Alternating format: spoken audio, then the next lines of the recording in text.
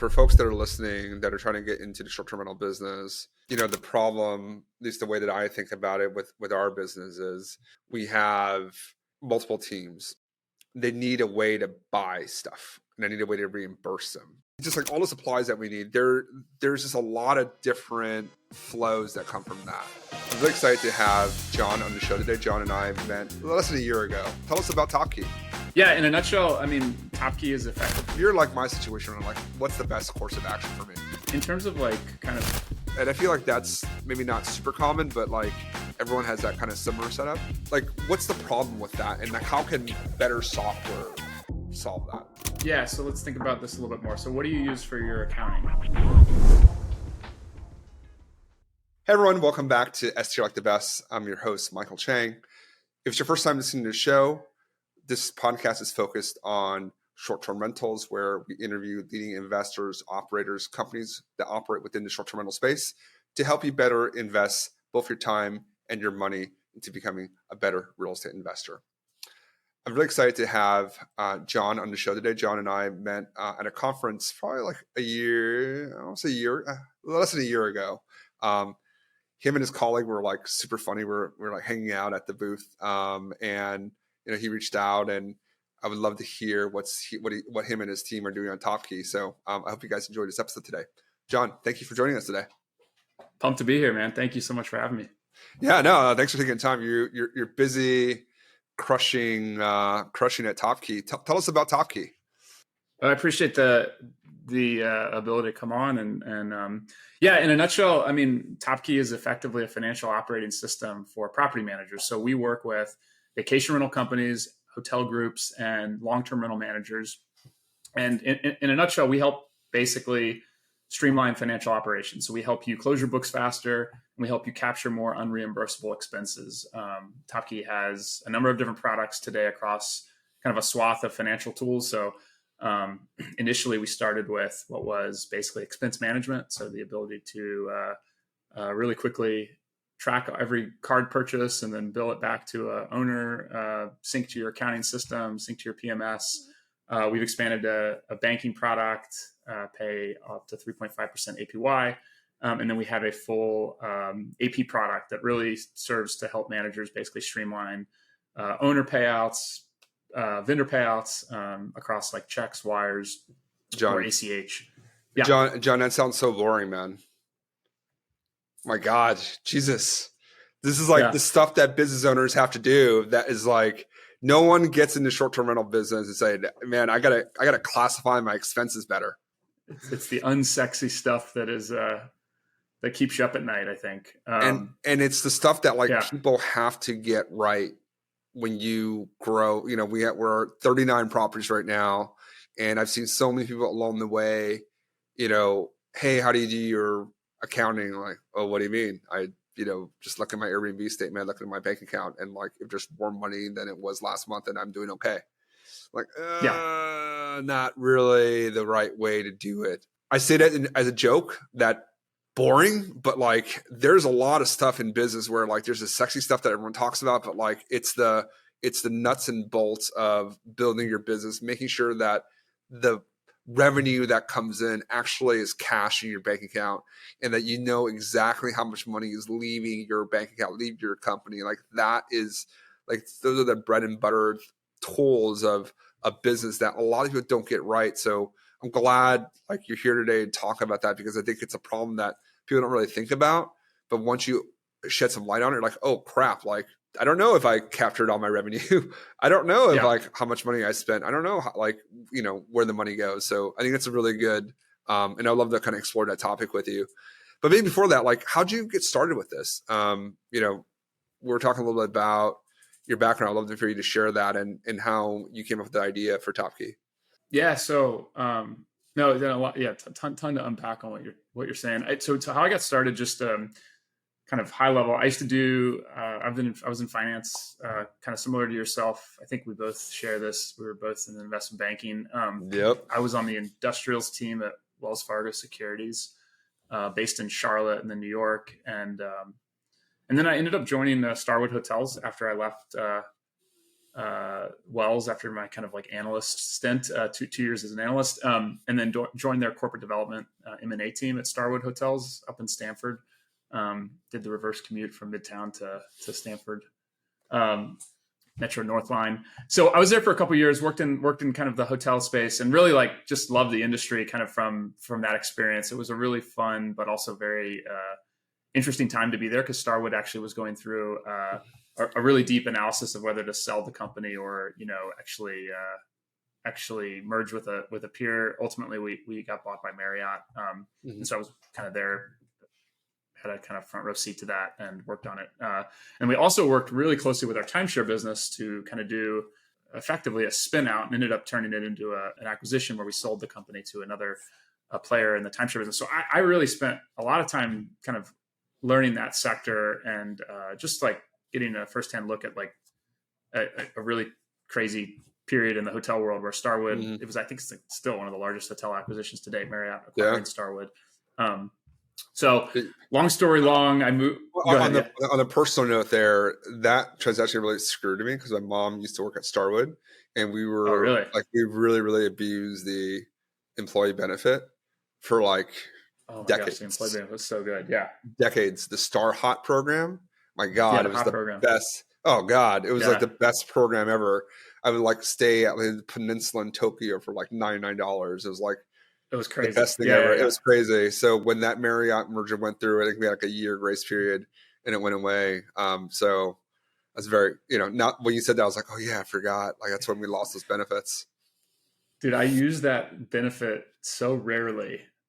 Like I moved to New York, and I'd worked you work so much in banking. I was in banking in Charlotte, like 100 hours a week. And I like legitimately that we were on a coverage, like a industry coverage team. And the industry coverage team just work all the time. And so when I got to New York, I was like so happy to be in New York, and I still worked a lot, but I didn't travel a lot. And then when we got, I think I probably used that 3 or 4 times. And I remember at the end of the day, like realizing how much the last time I used it, I was like, oh my God, I had no idea this was such a great like benefit.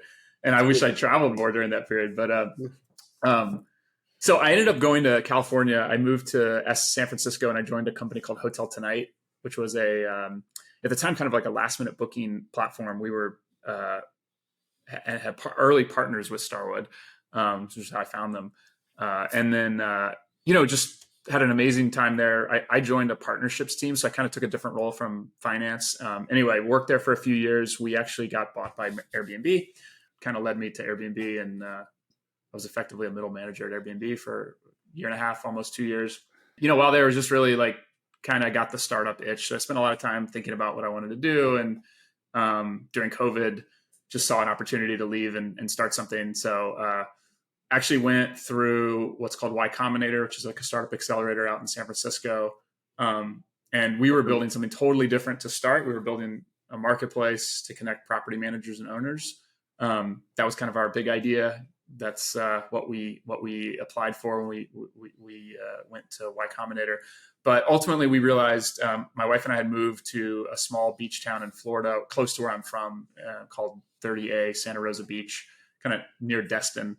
And I was just really spending a lot of time with property managers that I knew, but also people that I was kind of like friends with, people at my gym, people in the community that I got to know that were managing properties, tons of people and tons of companies there. And, just had spent a lot of time interviewing property managers about other pain points. And the pain point that just kept emerging was financial tooling. And I should say not financial tooling so much, but just the inability to have a good grasp of key metrics around like what you said. How much am I spending? How much am I billing back to owners? How much am I leaking? I have cards all over the place. I have people manually handwriting receipts and trying to track them. And, just kind of a really messy set of workflows that just really weren't optimized for what was clearly a big pain point. So that was really the impetus. It's been a long journey since, but basically just talking to a bunch of managers over the course of, call it 3-4 months, was really the start of it, and then just building it out on a whiteboard. So let's talk about that a little bit, right? For folks that are listening that are trying to get into the short-term rental business or already in it, the problem, at least the way that I think about it with our business, is we have multiple teams, whether they're on the ground in Tennessee and Philadelphia, where we have most of our properties, or my customer service team that's located like overseas. Everyone, they need a way to buy stuff, and they need a way to reimburse them, right? If they're fixing something to buy batteries, they had to go to Home Depot to do something, or like my folks on the customer service side, like has to buy toilet paper and all just like all the supplies that we need. There's just a lot of different flows that come from that. So, we manage it by, I'll just talk about how we do it. We manage it by, there's a Amex Amazon card where everything from Amazon gets paid through there. We use Mercury, and it's an online platform, so you can create a bunch of cards, virtual cards for my team, so that like I know what, I can set limits and all that stuff. And I can know who has what card. And then we use Ramp, that we give our on-the-ground teams the credit cards, and they go and take the pictures and do that. And, we can track spend pretty well. And, they can't go off and, they can't go buy gas with it, for example. Like we don't cover gas, so like we can shut off gas. So it's nice to have a little more finite control versus just giving someone like a general corporate card, which you and I know from investment banking, like, giving someone that card versus having a little more control, from a financial controls perspective, it's a lot better. So that's our setup. Like, I'm just curious, like, and I feel like that's maybe not super common, but like everyone has that kind of similar setup. Like, what's the problem with that? And like, how can better software solve that for me? Or like, what can I fix? Yeah. So let's think about this a little bit more. So what do you use for your accounting? I use HostAway. For folks, HostAway is a PMS, a property management tool. So basically all of our properties that are Airbnb, VRBO, all the different OTAs, online travel platforms. So they all connect through HostAway. HostAway is really the hub that controls all the reservations, pricing, but it has all the financial data there. So it really is the hub of where your information comes in.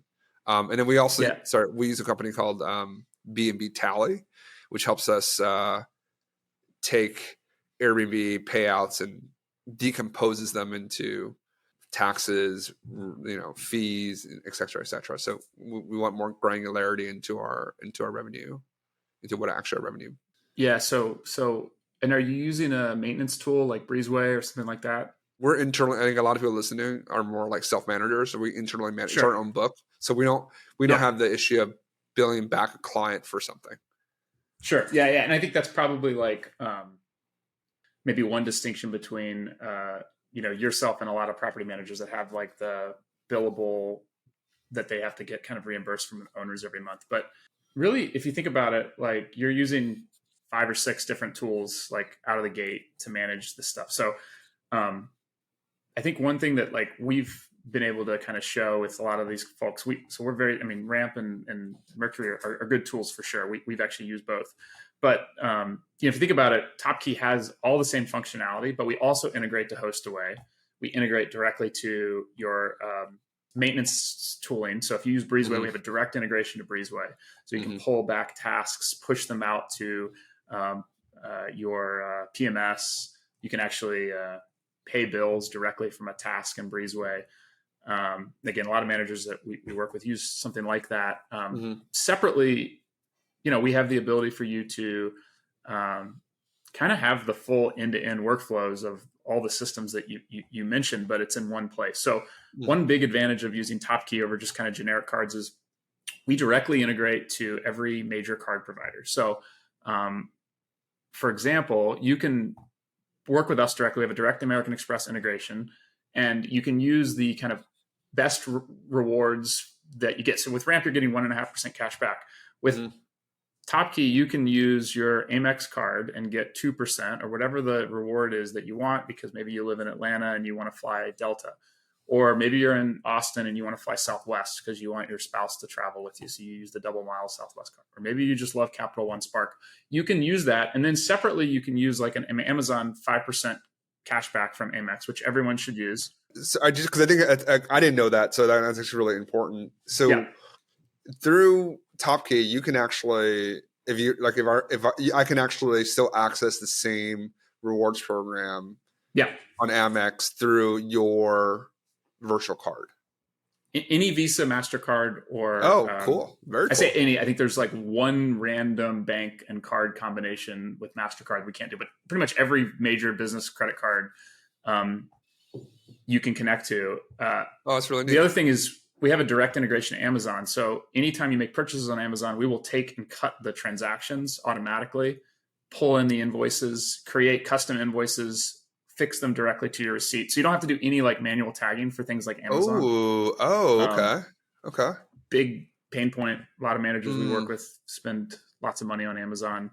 And then everything kind of can connect to either your third-party bank. So if you want to use an existing bank, you can, or you can use our bank, which has zero fees, effectively zero fees. And then you have full ability to earn, I think we pay out like up to 3.4% APY today.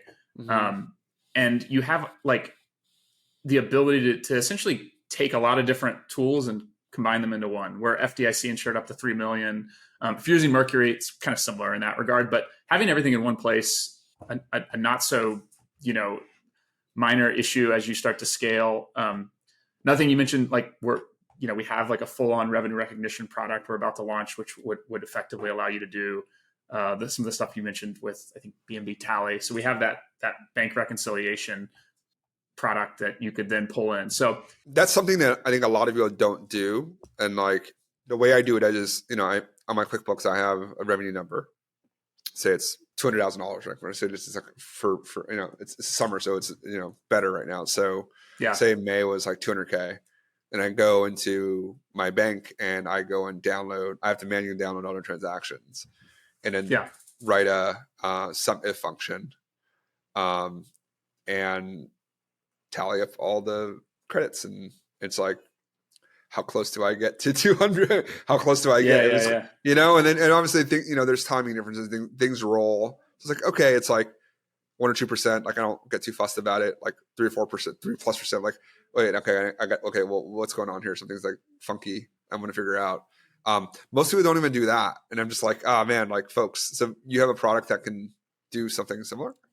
Yeah. So we're about to launch a product that will have this fully, includes a direct integration to Airbnb. So we're really pushing we'll be able to kind of support kind of an end-to-end reconciliation in the same manner that you might have to do manually today, which is exactly what a lot of people are doing. It's amazing to me. So many people are basically just staring down the barrel of, I think I collected this much. Maybe my bookings showed X dollars. Maybe my bank account showed Y dollars. Yeah. And you just don't, there's a lot of like, just a lack of visibility, and it's just basically the debits and credits that come in and out. And how do you know that, what's in your bank account is reflective of, what actually was accounted for to your guests from your guests. This is so important. I want to highlight, because it seems a little esoteric and kind of technical, but it's so important that the cash is the lifeblood of your business, not revenue,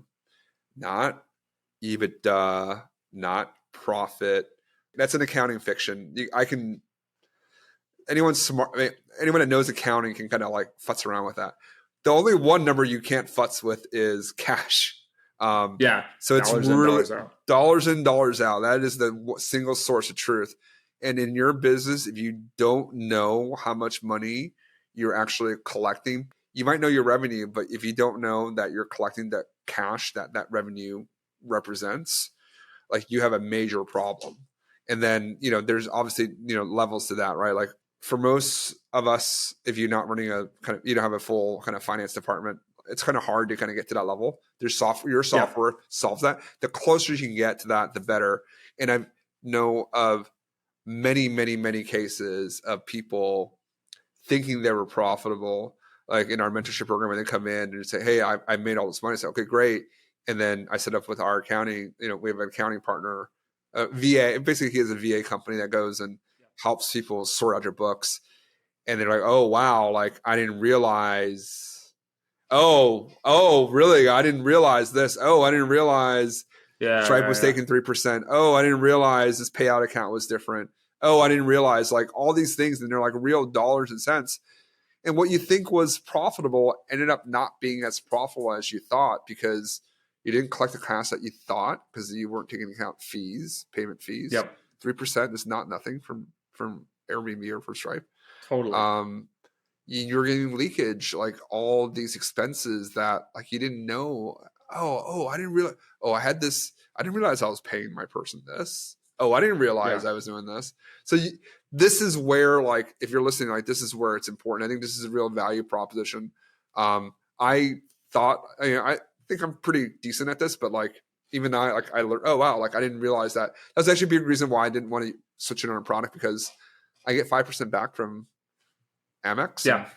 We buy a lot of stuff from Amazon. So like between my wife and I, like we have 2 cards, and that's, it's a 100K limit on the thing, but that's 5K a year. I mean, it's 10K between us for using one card. Like, why not? Like I'd be silly not to. We're the only company that probably is like actively pushing against using a Topkey card. And I'm like, just use your Amazon 5%. I can't beat that. Like, it's like one of these things where even like systems like Ramp, it's like 1.5%. A lot of companies we work with, they're like, you know what? Like, I spend $200,000 a month. Like, I want those rewards to fly, and I, it's like, at Topkey, when we partnered with American Express maybe a year and a half ago, and we spend, $50K a month or something like that on credit cards. And it's like, it's nice to get like the rewards for that. And my wife's from Sweden, so we travel internationally a fair amount just to see her family and stuff. And like, it's nice to be able to fly. Like, but I think a lot of this stuff comes down to like, it is important to have controls on your business. And I think people don't realize to the extent to which it's kind of like, it's really easy to kind of track something up to a certain point. And we all can do better running a business. You're always kind of tracking up to a certain point, and you go, I don't know, it's a long tail, or like put that into another line item, and it's like, well, at some point it's, there is a point at which you got to step back and go, wait, like the average property manager at the best performing company is maybe netting, I don't know, 17%, like 20% is like maybe like top tier. Yeah. You talk to like folks who our team just did a webinar today with C2G advisors. They work with a lot of bigger managers, and it's like 20% is like incredible if you're a really great manager. So, you're not printing money, but you can make really good returns if you follow a very kind of methodical approach. And there's ways to do that with technology that I don't think people realize. The other thing I would mention, and I'm sure you've seen this, is like we partner with a lot of bookkeeping firms. In fact, a lot of our best customers are bookkeepers, accountants.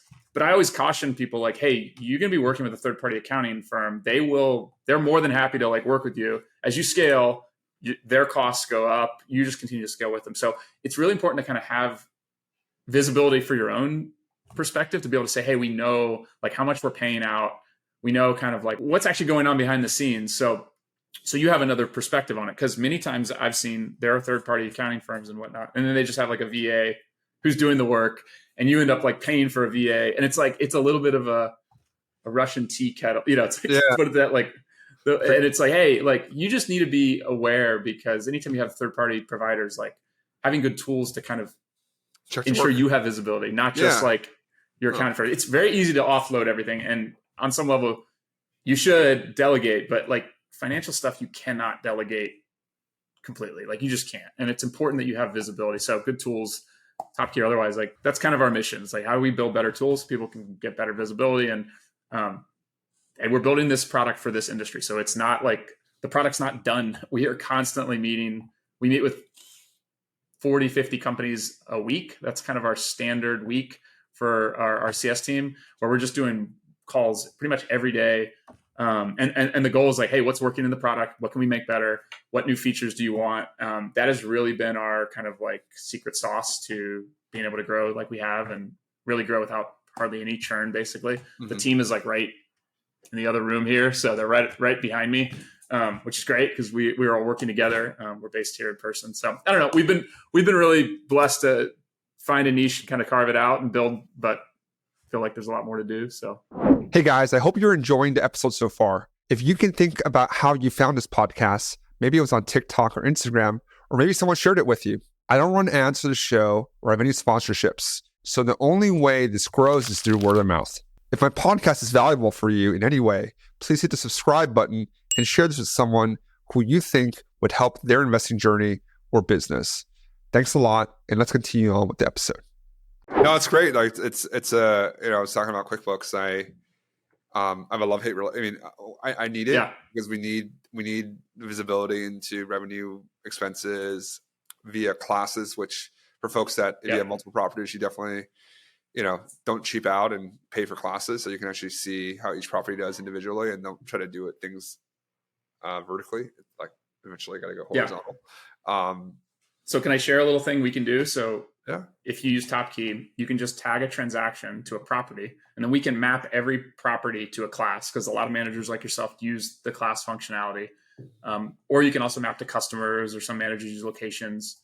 You can have separate classes for each property, and then you can have, whenever you tag a transaction to a property, you can essentially, when you sync back to QuickBooks, it automatically syncs back.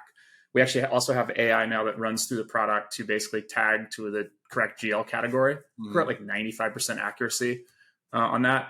And it'll just automatically say, this is this based on your previous transactions.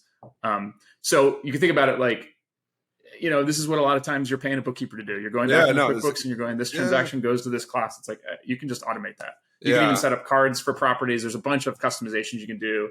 Can I set up an individual card per property, like individual Amex, Amazon card per property? Yeah, I would say it's not needed because the product's built to kind of mitigate having to do that. A lot of people thought that was an approach. I have had a few people that do it, but there's much better ways to do it. That's a lot of bloat. There's a lot of bloat there. So how much is it? Like, how do you onboard? Like, what does that process look like? I didn't mean for this to be an infomercial for actually, because my bookkeeper actually listens to this. So Donna, I love you. And let's just all better tooling makes us all better. But we spend a lot of time and resources on accounting because I actually really want, we probably overspend on accounting software and time because I really, the investment banking side, if I don't know the numbers, it would just drive me crazy. And now I'm more this is kind of a blind spot because we have stuff that works, but I think kind of pre-AI, kind of 2020, my accounting stack is definitely 2020. And things have moved for a fair amount since then. So, if you're kind of 40 properties like me, right? If you're my situation, what's the best course of action for me?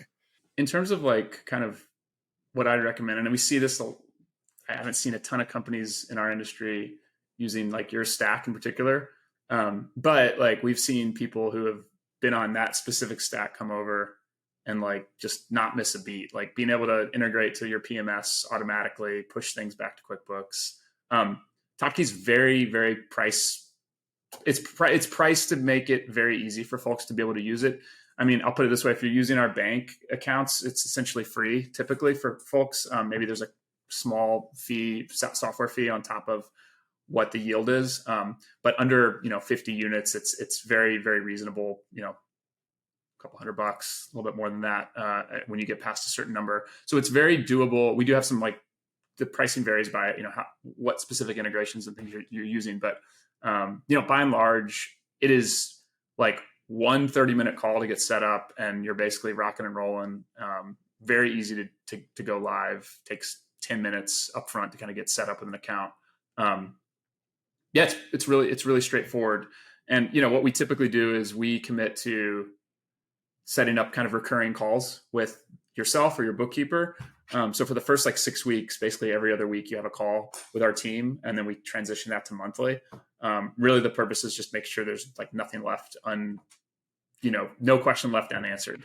And people tend to love that because what I found is bookkeeping firms and financial people really want to know that whatever system they're implementing, it's not taking them a step back from what they previously had. Finance folks tend to be, I don't want to say less tech forward, but they don't want to diff it from what works, right? There's a reason people still use Excel in finance. It's just this is what works. And a lot of times, I mean, back when I was in banking, it was we still used, it was 2003 Excel. Yeah. You know, it didn't want to upgrade. Could it work? Because it worked like, with all the models. I have the macros. It all works. Like, I'm not going to change. So there's a little bit of a funny like dichotomy there where you like, it almost can be a negative to like upgrade, if you will. So we've spent a lot of time to make sure, hey, you know, this will work for you. Here's the stack. Make sure you're not missing something. And in the event there's something that's missing, we definitely have built plenty of those things one off. Like, all right, we need to launch.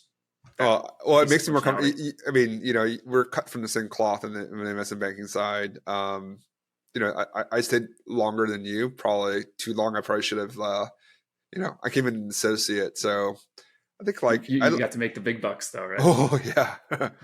Crushed it. No, it was good. It was, I mean, the associate years were like, I mean, you know, you move up and it gets better, but, yeah. Like I think I was there for like 10, I think like 4 would have been. What was your, what did you focus? What was your, I was, so M&A in New York actually, and then a lot of like healthcare services. I was a generalist and I ended up doing a lot of healthcare services, and you know, the companies my clients I worked with, all very, very smart people, very, very smart companies. Sure. But I was just like, there's got to be more. Like, I think I can do more in life. I don't know what it is. You're rolling up like dental agencies for private equity firms, right? So like, oh, dude, I was doing like renal care, like end stage renal disease and like hospice. Huh. Yeah. So different business model. Sobering. Yeah, very, very much so. A different business model. And I just was just like, I need, you know, I want to do something different. I didn't have the tech skills that you have. So we need to figure out something where I can apply the financial engineering knowledge to something. And, you know, arbitrage worked out because there's a pretty big spread in the beginning, and then we're able to, you know, continue just, you know, take that learning and grow other businesses above that. But were you buying properties and like doing that while you were a banker, or did you kind of like get into it after you decided to take the leap, or was it a little bit of? John, there's outside business activities, which was, you know, I took very, very seriously. So, we definitely, you know, wanted to make disclaimer. Everything that we did was wanted to be passive. Sure. You know, everything we did was was kind of passive real estate activities. But you know, my wife really kind of focused on, and all joking aside, you know, we kind of figured it out in 2016, like this is actually pretty viable, and then we leaned into it. I helped out, of course, but my wife really took the lead. I love business. I don't necessarily love real estate for like what real estate is. I love it because it's a great business. My wife loves real estate, and then she learned to love business because it's like a way for her to be around real estate and acquire more real estate. So in a way, like it was a good match because we came at it from different angles. Like I was pretty agnostic on the product. And then I discovered, you know, 30-year fixed rate financing. And I was like, wait a minute, like this is pretty good. I like this. Yeah. And then she was like, oh, 30% cash margins and low payback and low cost financing. It's like, oh, okay, like, oh yeah, but it's actually, this works this way. Oh, but you know, that's like, oh, like, you know, we each saw things that we, you know, weren't natural to us. And then we haven't killed each other yet. So we're still working together 9 years later. I mean, kudos for being able to work with your spouse. I think that's such an interesting like thing. I really respect people who do that. I feel like it's probably, if you can do it, it probably is great for a relationship. If you guys are able to succeed at it, it probably shows that you guys have the ability to partner on multiple levels, right? Like, and also like, there's probably a lot of creativity that goes into it, from both like the kind of staging and showing and financing, and there's just a lot of different components to it. If you can figure it out, I think it's actually like incredibly powerful. You know, it all goes into the same bucket, right? Like if anything, one, you have to be really aligned to like what you want to do in life. I think that's kind of the key thing, at least for us, was like, we want to both be really good parents. We want to like, we want to be we want to be at home. We don't really want to like, you know, both of us travel and, you know, be on work calls. We want to like be really good parents. And a necessary condition to that was like not being an investment banker. Because I just working 80 hours a week and being gone every Sunday morning is not like ideal.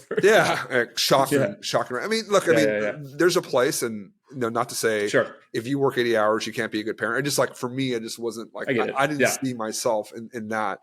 And then, we were looking for a way to get out. And the only way that we really could do it was if we worked together. Then we had kids. And I think actually now raising kids is a lot easier now because we've gone through that. We know how to communicate and problem solve together. And then just on the financial side, since we're talking more finances, being able to, acquire mortgages in one person's name, for example, being able to be, strategic in how we finance properties, how we structure ownership, how we, we're like one tax entity under the eyes of the IRS, right? Like bonus depreciation, material participation, like we can do it together, like we can split those hours and, recognize as one. There are all these things that as a married couple that you can do together without a bunch of paperwork and legal structuring and lawyer costs. And there's just a level of trust there, right? Hey, we're like doing this because we want to send our kids to like a really good school and we want to provide for them. So all those things, like, versus, not to say like, other successful partnerships, but you work with someone else that's like not your spouse, right? Like there can be an alignment on the business vision, but there's probably not going to be like perfect alignment on like the goal, the why, really. Right. And then you got to split everything up. You got to do a bunch of things. So we found it to be, to work. And 9 years, like no really heavy object thrown at each other. We've had phones thrown at each other. That was it. The heaviest thing was like an iPhone 14, I think maybe like a year and a half ago. Yeah. In frustration. Hopefully it had a case on it, maybe. It did have a case. I think it broke though. I think it broke though. I mean, the thing is, just from and again, you did a lot longer than I did, but just, I have so many friends who are still in the industry, and it's a weird, not weird, but it's a uniquely, I think a lot of like, law, like big time law is like this. I know friends in accounting, where you have like a bonus that you're tied to. There are very limited windows where you can leave because the clock essentially the clock resets. And then of course there's like, okay, if you leave, you only get a quarter of your bonus or whatever. They've figured out ways to make it so hard to leave. Ideal. But like you hit a certain point every year and people go, well, I'm just going to have to like, I'm just in for another 6 months, And the higher you get, the more it becomes just like a gilded cage, because you don't necessarily, it's very hard to say I could make more going outside of that, because for most people they can't. You can't. You actually can't. So I mean, like one, you can't, like, if you're folks that aren't like in professional services, the way they get you is like deferred compensation. Deferred comp, which is basically like, hey, congratulations, you made $1 million this year. Like, oh, cool, awesome. Where's my check? Like, no, actually, well, you get 600 now, and then pre-tax. But then the 400, we're gonna give you over the next 4 years, 100 per year, tied to a stock price. Oh, but then we're also gonna pay you. We tell you what your bonus is in February, but we're not gonna pay you until May. All these things that like they structure. So you're like, oh man, okay, so I didn't really make $1 million. I made 600 plus one. Okay, that's still good, but I still have 300 there that like I have to wait for. Okay, and then I don't get paid until May. So like I'm already 5 months into the year. So and then you basically have this accumulation of deferred comp, and then your current year comp is effectively deferred too, and your bonus is deferred. So like all these things, they just try to push everything out to the right and make it as much, and then you can't leave. If you leave, then all that goes away.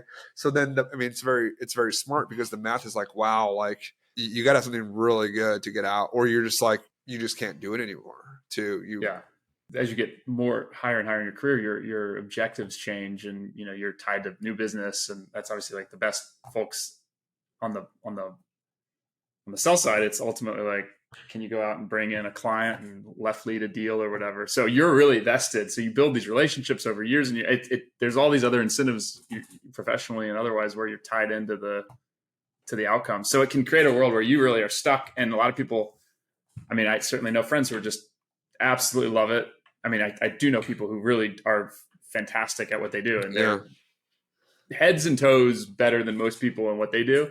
They also work like they're 38 and they've worked like they were 70. You know, they have a lot more experience. But there's a lot of people that just, I find that, you know, they like maybe made the decision like you did, which is, hey, there's something else I could do. And so kudos to you for doing it. And look, and there are people that are just stuck there too, that like can't really leave, that have to do it. That have, you know, I think that's the two parts, right? Is one, your identity is really tied to being the lawyer, the banker, the consultant, whatever point in life you are, your you know, your friends, your neighbors, your kids at, you know, your parents at your kids' school, they all think of you like, oh, John's the banker, John's the industrial banker, Mike's the M&A banker. And then coming down that mountain is actually really hard. Where, you know, you work so hard to climb up this mountain and you're like, oh, wait, I made it. And you're like, oh crap, like this is what I thought. And how do you come down? Like, that's something I was my daughter, whenever she climbs up, I actually really try not to help her down. I'm like, if you can come up, you got to be able to come down. And that's really hard to actually come down. Going up is actually a lot easier. You can see. Coming back down, you have to look behind you. It's like really just awkward kind of feeling. And I want her to like understand that. One, so like she doesn't go as high, but two, just like, hey, you know, you gotta learn to come down. But like coming down the mountain is like a really difficult thing for a lot of people to do, because you have to come all the way back down or part of the way, and then all your identity and all that stuff's tied to that. And a lot of people are unhappy, like they can't do it, and they're unhappy. So life is short, man. But now now people, when you walk into room, people are like whispering like, oh, that's the STR like the best guy. You know, it all sounds, I was just on a call before this, it all sounds like a great plan. It all just like worked out and everything. And we're still like, we haven't made it. We're still, I mean, like, not that we haven't, you know, we're still working hard on what things that we want to accomplish. But I would just say, like, if that's something you're thinking about, or anyone listening thinking about, I know we were talking about software and but why do I want to use Topkey, right? Yeah, like I want to save some time. I want to know better. I don't want to not waste. I want to capture waste, fraud, and abuse. There's none of that, but I want to catch that. I want to know where my numbers are. But fundamentally, what am I really trying to accomplish? Like, I'm trying to build a business that can sustain my lifestyle and help me raise my kids. Like that's what I want to accumulate wealth so I can pass to them. Like, that's really the point. Is like, I'm not trying to, like, I don't want to use software. Like, there's no like intellectual pleasure. Or, actually, no, there is. Actually, for me, there is. But like, the goal of it is like, I want to build a good business so that I can raise my kids. I can take them on vacation. I can send them to the right schools, and I can like pass on something to them, and my wife and I can enjoy our lives. Like, that's why I want to find a better tool. No, 100%. And that's like such a huge piece of it. And I think it's a great question for anyone building a company. It's like, why is your customer trying to, like, what are they trying to do? What's the job to be done? That I love that whole framework. Have you ever read those? Like, it's great if you're brainstorming like ideas. It's like, the job to be done is, you know, close the books. It's like, well, not really. Like, that's a part of it. But like, why do you want to close the book? Well, I want to close the books on time because our owners need to get paid. Well, why do you get it? Because if the owners don't get paid, then they're going to get mad.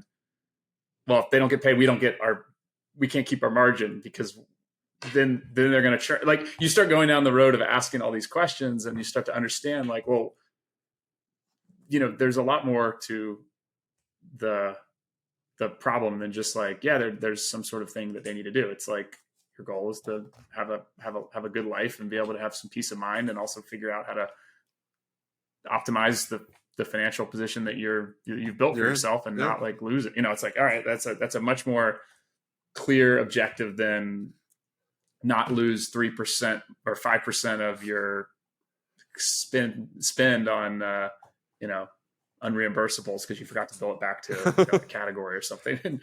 or No, it's a great, you know, I think it's great framing. It's a great way to wrap up the conversation. And we, you know, we definitely went on a tangent on what to talk about. But, you know, I think the why we're doing this is actually just as important as the what, right? Like, whether it's short-term rentals or building a software company, whatever you're doing is like important, but it's like understanding the why. And then I think also just identifying with the people that are building the product that you like if they have the similar values as you, like, hey, like, oh, okay.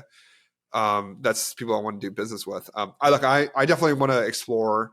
I know you and I talked a little, we talked back in January, I think, when we were in Miami. I was intrigued by the product. And now that, there were certain things that I didn't understand as well. I'm like, oh, okay, this is actually kind of cool. I would love to look into it. And, for folks here, if you have a short-term rental business, you're managing properties, you're co-hosting, take a look at Topkey. Like, I feel like I'm pretty good at this, but now there's definitely just newer technology that would be much more fun to use. John, thanks for enlightening me personally on this. What's the best way for folks to check out the product, reach out to you? Yeah, I mean, our website is, feel free to book a demo on our website, hit me on LinkedIn, or anyone on our team on LinkedIn. We're really active there, and we'll walk you through the product, and would love to have you check it out. All right, we'll link Topkey's website to the show notes, and cool. John, should we link your LinkedIn profile on there too? People can tag you. Sure. Yeah. You? Okay. I can send that. Perfect. Awesome. And then I'll ask my kind of traditional closing question. Business is definitely a team sport. Not a straight line to the right all the time. What's one of the kindest things that someone has done for you, whether at banking or building Topkey, Starwood, Airbnb? What was one of the kindest things that someone's done for you that helped you get to where you are today? Yeah, that's tough. Shoot, I wish I would have thought about this a little bit before. I would say, I think I would probably call out. There was a guy that his name was Tim, and he was an investment banker before. And I went to Florida State for undergrad and then Duke for grad school. But I was at Florida State and I was exploring investment banking, and I just reached out to a bunch of people, and he had no business talking to me. But we did like a call, and then he like reached back out and connected me to like 5 different people. And I was just like, hey, I'm looking to try to get into this industry. And, I didn't know anything about anything. And he just kept like following up and was very helpful in a way that like he didn't have to be. And I remember thinking at the time, like, it was really just not helpful is not the right word. It was incredibly helpful because it just gave me a whole host of other people to get to know. And then it kind of just helped me, like, it's just a way for me to start networking, which, in that world is so important. And, I just remember thinking like, he didn't have to do that, and he didn't have to spend the time he did. I didn't make him rich. I didn't make him more successful. He didn't know me or know my dad or know my mom or anything. It was just like a totally random person. But I remember thinking that guy in particular, just doing the work that he did to like connect me to those people, it was really helpful and helped me a lot, just kind of get my bearings. And I don't know. I found that to me, it's such an easy thing to do. And I try to do that when I can with people, especially younger people who are trying to break into industries. It's so hard. Go help someone who's networking. No, that was Tim Smith. A lot of people. Loki. All right, Tim at Houlihan. If you're listening to this, shout out to you. Thanks for doing that for John. And like, it's funny. A lot of people say this when I ask the question. It's like, it's not actually the action, because there's probably like maybe more impactful things. I think it's really more of like, just like someone did something and they just didn't have to, and they didn't ask for something in return. They didn't there was no expectation. They just wanted to do something nice because maybe they had like a similar situation, or they just wanted to be a good person, and it just like impacts people in those ways. So if you're listening to this and you can be helpful for someone, please do that. Like, you can really change someone's lives and not know about it. John, thanks for taking the time today. Really appreciate you introducing the product, walking me through the product set, and look forward to staying in touch, and, congratulations on what you built so far. Yes, sir. Thank you for the time as well. I really enjoyed it. If you found this episode valuable, please make sure you hit the subscribe button so you can get notified when I put out new content on Airbnb investing. And if you want to learn about how to work with me more directly, I have links below on my description click on those and let's figure out how I can help you with your Airbnb investing journey.